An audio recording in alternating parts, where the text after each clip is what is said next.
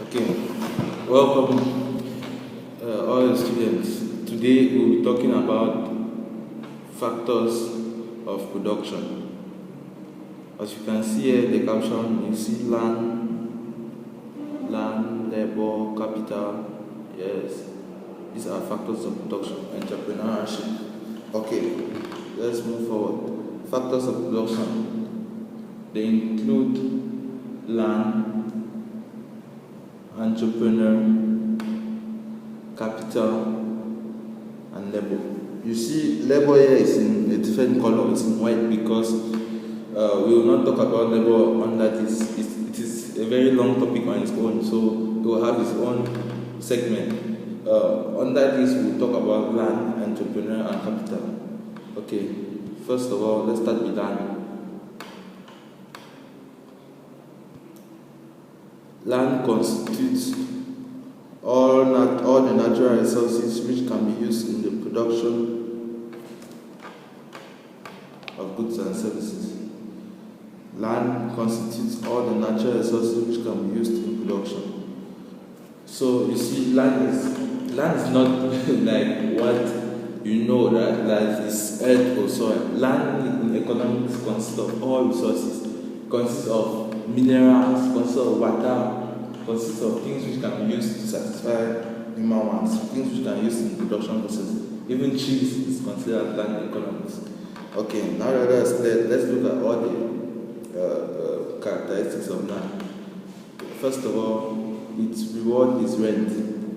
For using land in the production process, the reward land gets is rent. You pay rent to be able to use land in the production process. Okay. Its supply is limited. The supply of land is limited. It cannot be increased. It is fixed. Land is just there. It was not created by us, so we cannot make it more. This is one of the factors or characteristics of land, but nowadays this factor is being revisited because of reclaimed land. That's water transformed into usable land, and the use of fertilizers on barren land to come up with goods and services. So they are trying to nowadays we are trying to say land is not limited. It can be extended. It can be increased. Okay. It is a free gift of nature. Land, we did not do anything to get land, as I said. It is a free gift of nature. We made land coming into this earth. But nowadays too, we can see that there is land which can be created, reclaimed land or fertilized land, as I said earlier. Okay. It is subject to the law of diminishing returns. Okay. The law of diminishing returns. This states that the marginal output of land will eventually fall as we combine a fixed amount of land with successive and constant amount of another factor of production. That means if land is there and you keep applying another factor of production like labor, labor tills the land and cultivates crops. And if you keep applying labor, that's if you keep using that land with labor, its productivity reduces. That's the amount you can get output from the land keeps reducing as more of the other factor, labor, is applied to it. Okay. Now that that's gone forward, let's move to the next factor. No, it's not yet. Okay. Land has zero cost of production. That's the cost of having land is zero. We don't pay to have it, it's already there. Okay. Let's move to the next factor. No, land is immobile. Land cannot be moved.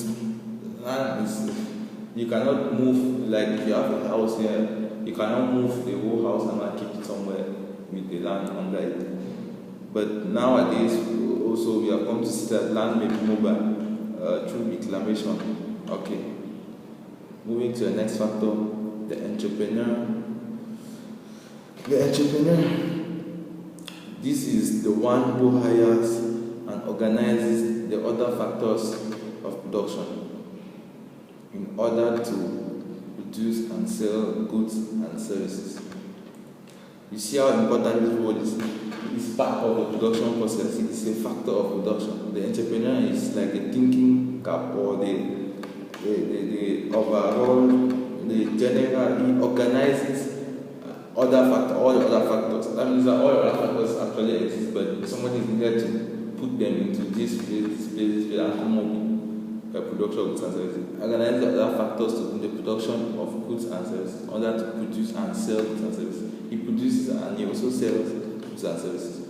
Okay. His reward is profit. The entrepreneurs, for being an entrepreneur, for his contribution he gives towards the production of goods and services, he receives profit. The entrepreneur is equals to the enterprise. The enterprise is like the firm. The enterprise may be a person or a unit or a unit. The entrepreneur is the brain, is the enterprise on its own. Okay, next factor. The entrepreneur is not equals to level. You see, these two factors, they may look similar. Why put them separately? Because entrepreneur and labor are not the same. The entrepreneur is the person who thinks, is the person who organizes other factors. He organizes labor, but labor does not organize the entrepreneur. The entrepreneur is like they think, the person who comes up with ideas, then labor executes those ideas. By the way, his reward is profit and labor's reward is wages. He's the one who pays wages to the laborer. Okay, functions of the entrepreneur. The first, he is the risk bearer. Okay, as an entrepreneur, this is the most important function, to bear risk. He comes up with ideas to get reward, to get rewards, but they are it's his duty to take risk with risky ideas to come up with reward, and they may come up with reward or not. So it takes risk in the production process.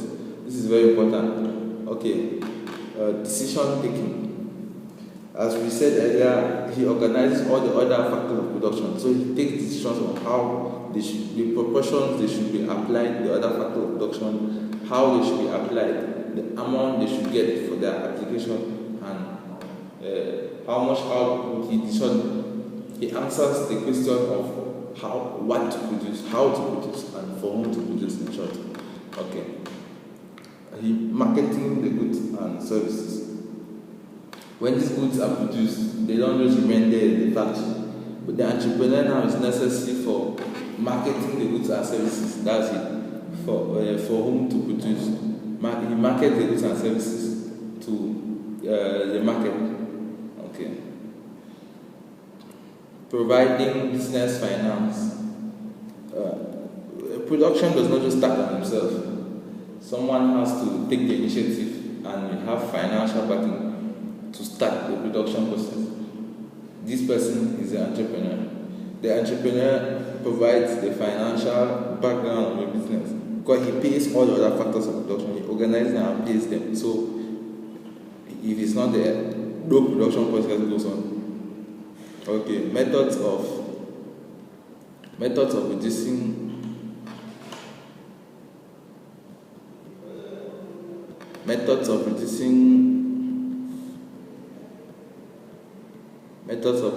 risk. Okay, the first is diversification. The entrepreneur, in order to reduce this risk which he bears, he diversifies. That's production of many goods, many types of goods and services, so that if one suddenly has a steep fall in demand, the other will make up for the losses of the other one. Just imagine, for example, you're producing milk, and people start substituting milk for, let's say, coffee. And if you're producing only milk, just imagine what will happen to your business. It will fall completely. But in case you're producing milk, coffee, and Nescafe, or selling all of them, and the demand for milk drops, you will sell coffee and Nescafe. Later on, if people move back from Nescafe to milk, you will still be on gain. Okay. Next.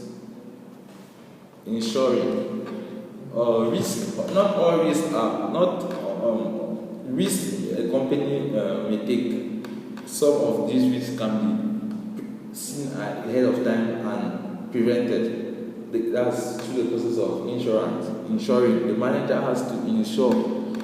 It's his duty to insure the company or the enterprise against some particular types of risk which can be prevented, like deaths, car insurance, and fires, all those kind of things. Okay. Next, hedging. Hedging is an action taken to ensure against risk of loss caused by price changes. That, for example, a businessman here who buys goods from the United States, and he may foresee that the dollar might appreciate in the future, that it might have a higher value. Therefore, you will need more farms in the future to get the same amount of dollars you could get in the present. So he could order like he could do like future buying, like he could say for 1 year he will buy this amount of, he will be buying goods from this amount of person at a particular price, so that even if the dollar appreciates, it will not affect it will not affect him negatively. Okay. The next is market research. Okay. In order to reduce risk, the entrepreneur can sample customers' opinion about his product and then mobilize to be more competitive. You may go into the market and see what people demand, and you see what people demand. So you know that as you are producing these goods, they will get finished. You have produced your risk already, because you know that the goods are in demand and for sure they'll be bought. Okay. Let's go to the next factor of production: capital. Capital, it is any man-made resource in the production of goods, used in the production of goods and services. No, capital is a man-made resource. It must be man-made, and it is used in the production of goods and services. Capital is like goods or services produced for the further production of goods and services. Okay. Characteristics of capital: its reward is interest. Okay. For capital invested or employed in the production process, it gets a reward of interest. That's what it is called, what you pay capital for being used. Okay. It is man-made. Capital is not a free gift of nature like land. Capital is made by man for further production of goods and services. It can be stored.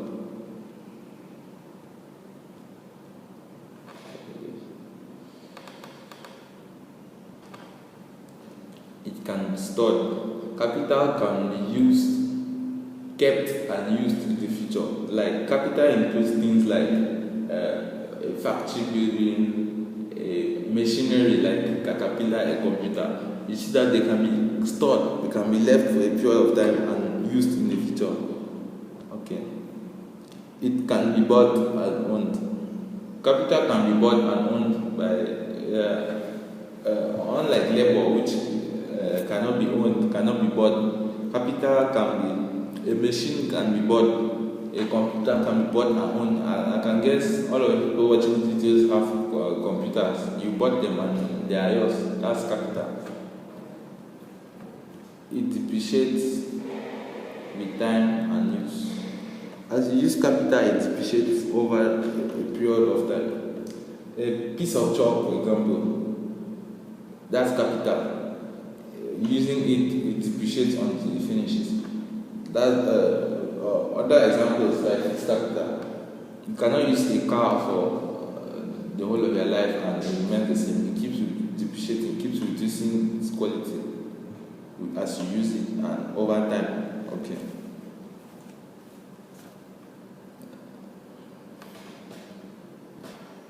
Okay, let's move to types of capital. The first type is fixed capital. Fixed capital is capital which does not change it does not change in form in the process of production. That's why you are using it. The form does not change. As you are using a computer in your office, it does not change as you are using it. And a factory building can be another example. Machinery and industrial plan, means of transport and communication. Fixed capital may also be referred to as fixed assets. They don't change in the production process. They can be used for a long time, very long time. The next is circulating capital. This is capital which changes its form in the process of production. Like I said earlier, a piece of chalk. As you are using a piece of chalk in production, it changes. As you are using a piece of chalk to teach in the last production, it changes its form. That's fixed capital. That's a circulating capital. Other examples could be cash in hand. As you are using it to the production process, it changes its form. Okay. Let's move. Let's note that circulating capital can also be known as current assets, floating capital, or working capital. Okay. Now that we've got that down, move to the next, capital owned. This is the excess value of the assets of businesses over the value of its liabilities. Liabilities refer to outstanding debts. This is the excess of the assets of a business over its liabilities. That's capital owned by somebody. The hence name, the excess of somebody's assets. That's why you gain over your liabilities. What you use, that's like your cost. So it's different, and your gain, your capital owned. Let's move to sunk capital. This is a form of capital which is very specific and has no resale value. This is capital which was once useful, but now is dormant. Like an example, when the oil deposits in Chad are exhausted, the Chad Cameroon pipeline will become a sunk capital. That's capital. It will be capital which is not used in. It's capital which is not used in production anymore. Wasting capital. It is an asset with a limited life which cannot be replaced. That's an asset which its life is limited. It's for a period of time, and as you use it, and it finishes at one point and it cannot be replaced. Like an oil well or a coal mine. If you finish tapping out an oil in a particular place for yourself, it finishes and you cannot replace it. Okay. Social capital. Social capital is wealth owned by the community, property owned by the state or local authorities. That's social capital is capital owned by the state, by the community. It's capital for the people, capital as a whole. So it is not for a particular man's interest, but capital which serves the whole society. Okay. Now that that's done with I hope you note that the production or purchase of real capital, which is machines, factory buildings, is known as gross investment. Gross investment is the production or purchase of real capital. You invest in real capital, that's gross investment. You produce or purchase, that's you have now. You now have machines or factories, that's gross investment. Okay. Moving on. Note that gross investment minus depreciation gives net investment. That's the amount of capital acquired minus how fast it depreciates in order to produce, how fast it reduces its quality in order to produce. That's depreciation. It's net investment. Okay. Let's move on to capital formation or accumulation. This means an increase in the country's stock of real capital. That's capital formation is increases the country's reserve or gathering of real capital. Real capital includes buildings and machines. For capital to be formed, gross investment must be greater than depreciation. That's gross investment must be greater than depreciation, and gross investment minus depreciation is net investment. So net investment must be positive. If you get what I'm saying, net investment must be positive. And for a country to accumulate capital, it must involve it requires savings and diverting resources from the production of consumer goods to capital goods. It requires saving. That capital should not be consumed; it should be saved. And this savings now used that pulled together. That's formation of capital. It should be a diversion of resources from production of consumer goods which can be consumed directly to the production of capital goods which will be used to produce other goods and services. Okay.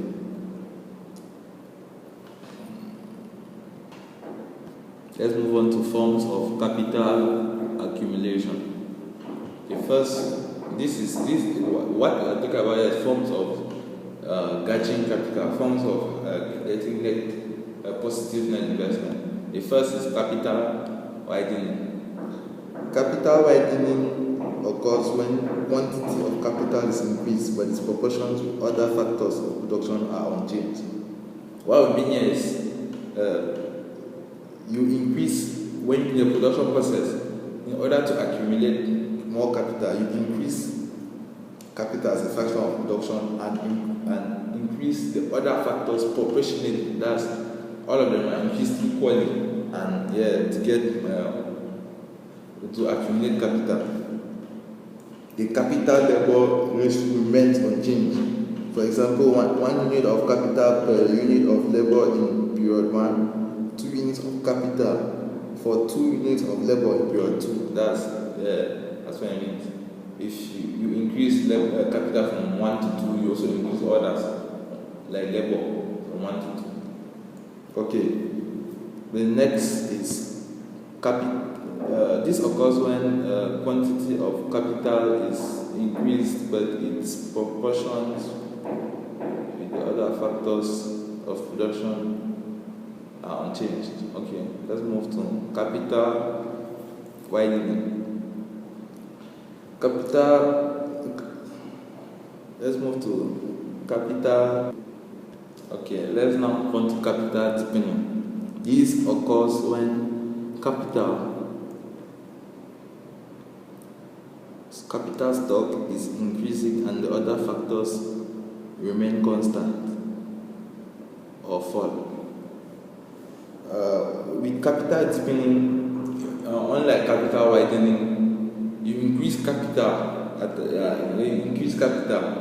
like say from 1 unit to like 3 units, and other factors of production like labor remain at 1 or fall even to 0.5. That's capital deepening is like capital intensive. You concentrate more on capital and you don't concentrate on the others, so you even reduce them. Okay, let's move on. Reasons for low capital formation in Cameroon. Cameroon, as you know, is a less developed country, and we want to get the reasons for this low capital formation in Cameroon. High rates of taxation. High progressive tax are discouraging to entrepreneurs and do not encourage investment. As an entrepreneur, why will you waste time and money calculating capital and investing when you almost 1/3 of it will go down for tax or in Cameroon? That does not encourage capital formation. Okay, next, low savings. Cameroonians are more interested in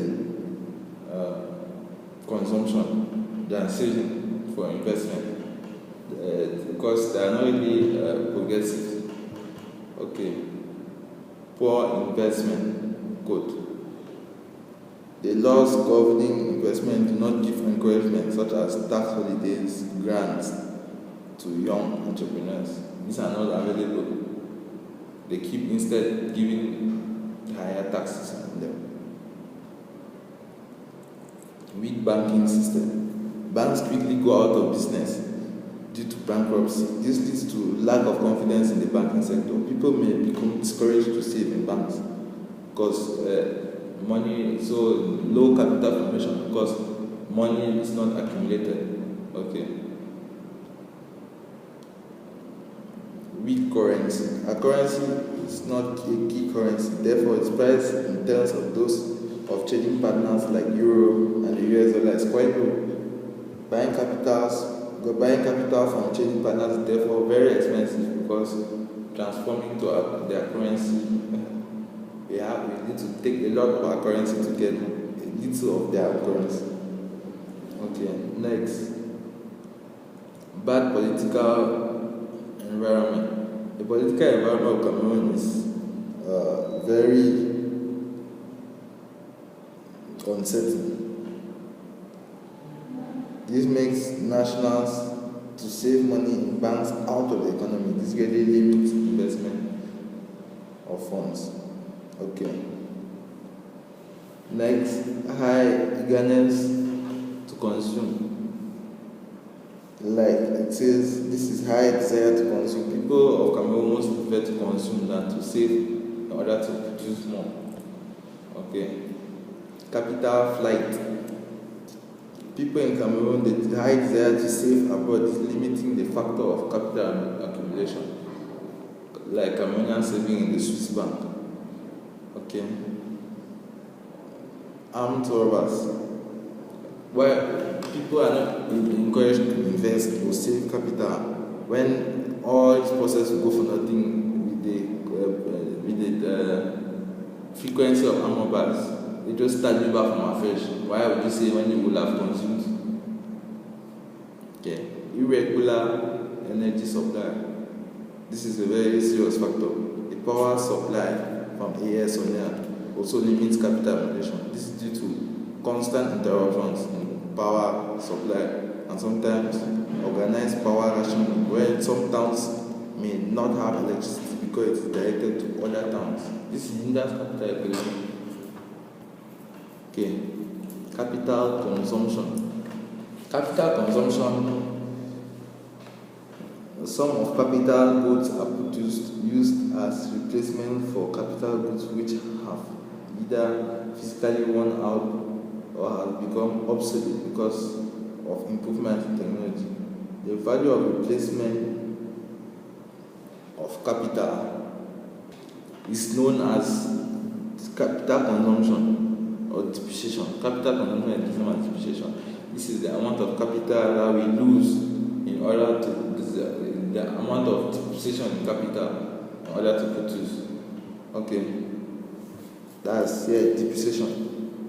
Next, we look at capital maintenance. This has to do with replacing all worn out and obsolete capital in order to keep the stock of capital intact. The capital maintenance must proceed or come from capital formation.